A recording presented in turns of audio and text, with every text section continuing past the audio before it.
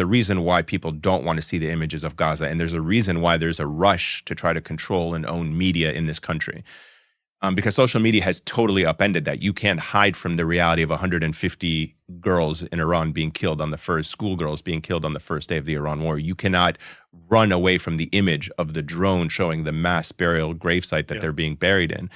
So when people see those images, I think that it moves people and it makes people begin to ask very important questions. It used to be that you can sanitize that. I don't think that you can sanitize that anymore. Well, the David Ellison may try with TikTok. Correct. I mean, obviously, that's the danger that we find ourselves in as more and more media is controlled by less and less people. It's interesting you say sanitizing, and you mentioned earlier that CNN 1991 was how you came into journalism. Some say that the sanitizing began then. It was all the images of like these, oh, look, it looks like a video game strikes in Iraq, and you never actually saw the number of Iraqis who were being killed at the time. A lot of Iraqis died in Gulf War I. I don't think people realize how many Iraqis died in Gulf War. We see that as a clean war, a just war. We went in to save Kuwait from evil Saddam, and, you know, but actually a lot of Iraqis died in air shelters, in Baghdad. In oh my God, of course, absolutely. I mean, I think, like, you know, hindsight is always 20/20, right? I think in the moment of war, when you kind of go back and you read, why does the Israeli government not let journalists into Gaza now, even though there is a quote unquote ceasefire in place and supposedly it's supposed to be safer, is that they know that the horrors of what has happened in Gaza will still come out no matter how long after the fact, right?